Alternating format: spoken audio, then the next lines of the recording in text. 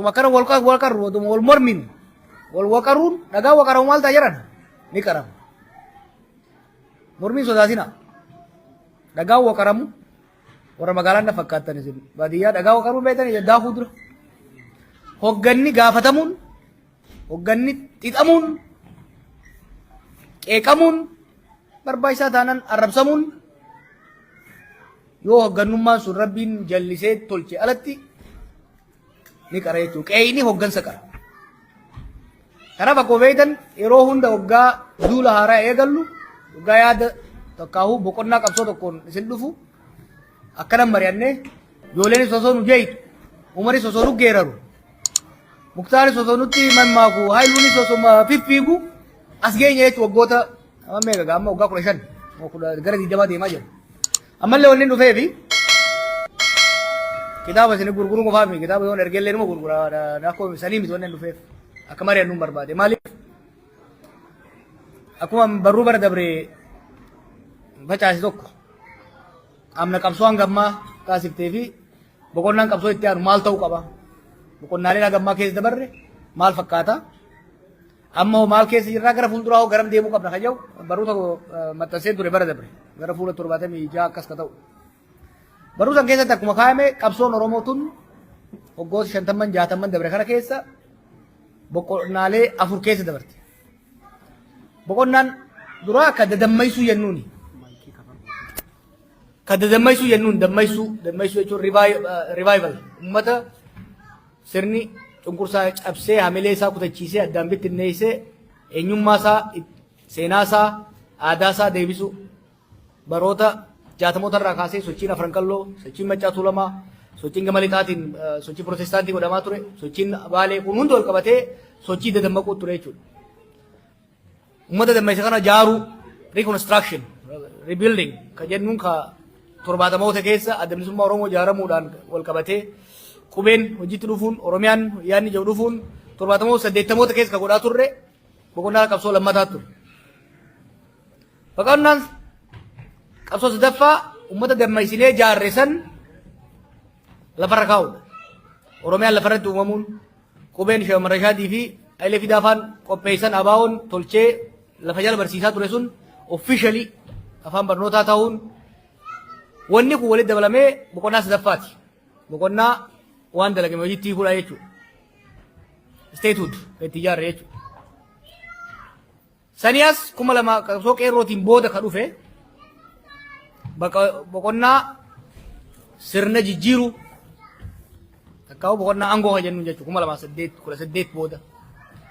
2018 booda boqonnaalee sadeen sun qabsoo alagarratti godhamaa turanidha. Ormarratti godhamaa turanidha. 2018 booda qabsoo jalla ofiitirra godhamuu jechuudha. New phase. Waggoota 6 dabre kana confusion Oromoo keessatti uumame. Bibittinnaa'uun karaa wallaaluun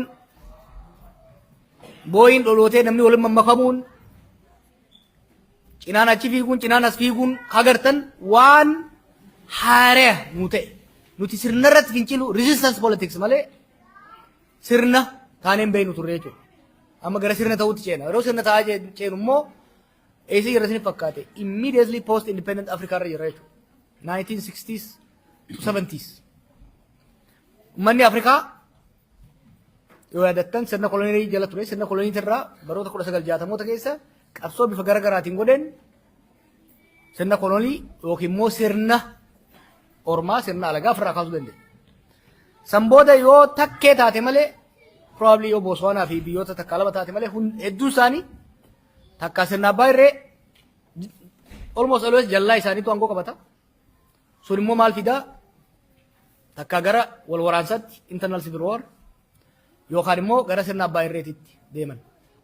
Biyyoonni akka Koongoo haala hamaa wal waraansaan gammaa keessaan bahin keessa seenanii. Naayijeeriyaan wal waraansa keessa seentee abbaa irreetiin keessa dabartee amma gara dimokiraasii cehaa jirti.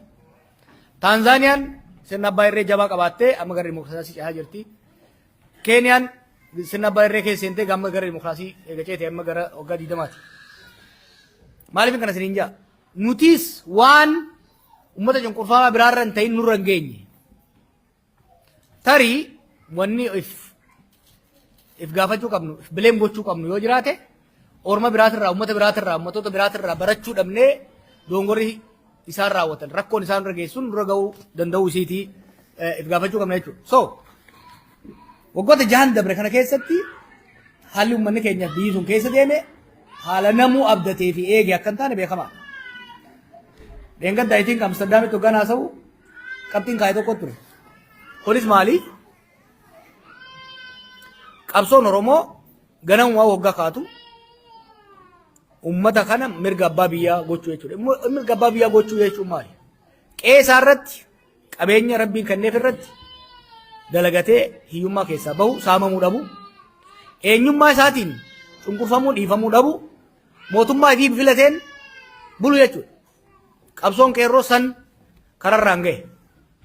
2018 booda abdiin Oromoonis ta'e saba Solomoon biyya sanii qabaachaa turan qaama gaafii abbaa biyyummaa akka ta'e qabeenya ofirra abbaa ta'u aadaa fiitiin boonuu fi ittiin kabajamu san booda immoo mootummaa fi filataniin seera fi tumataniin bulu kaja'u keessattuu qabxiin sadaffaa kan mootummaa fi filataniin bulu jedhu sun galman geenya karaarraa butame jechuudha. Karaa lamatti dhufne 2018 irratti osoo moo'ee waan osoo laallu jechuudha. Karaan lama maali? Karaan tokko kan nuti barbaanne kan qeerroon barbaade gara dimookiraasii qaceessu karaan kun kan abii dhufee sirna abbaa irree ijaaruudhaan yaale jechuudha. Har'a roga jirru lama dhabne. Abii akka barbaadetti mootii hunda cafaqee bulchu ta'uu dadhabe. Hiree nuti immoo gara dimookiraasii ceesifnee mootummaa uummataan filame ijaaruu qabnu ni fashalse. Abiin ifiifis dhabee nu dhabsiisee jechuudha. Nu lamaanuu ofillee ni hongee nullee nu hongeesse. Sirni amma jiru kun jechuudha. Haalli hamaan biyya tokko keessatti sirni abbaa irree waggaa jiraate mirga dhabda. Yoo dubbatte ni dhabda. Mirgan qabdu mootummaa fi filatteen osoo hin ta'in mootummaa sirratti tuulameen bulta. Otoriteeriyaan kan jennuun kuni sirna mootummaan aangoo irra jiru sun hunda cafaqee jala cabsee warra isaan mormuuti. Kaan biyyaa baasee kaan hidhee cic godhee bulchu sun sirna abbaa irree jennaan. Sirni dimookiraatawaa immoo sirna uummanni filatu. Abii sirna sadaffaatu uume. And it's the worst form of government.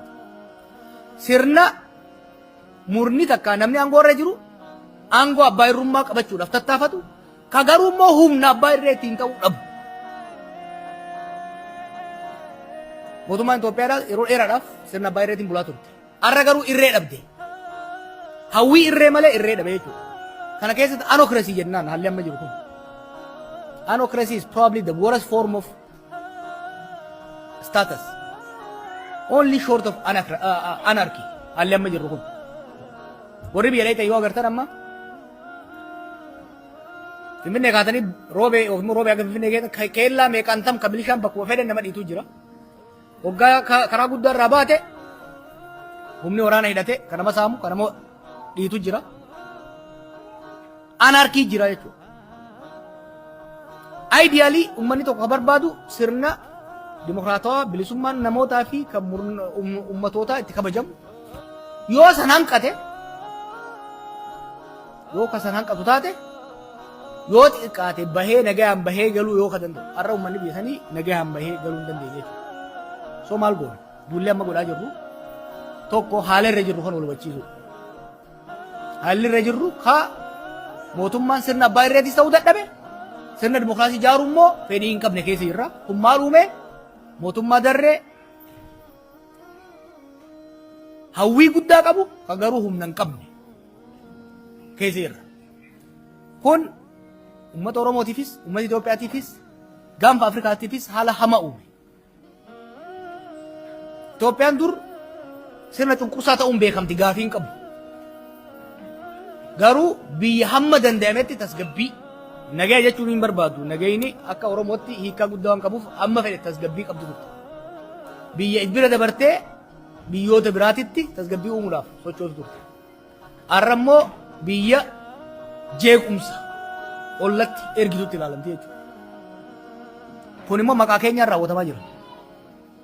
Maqaa keenya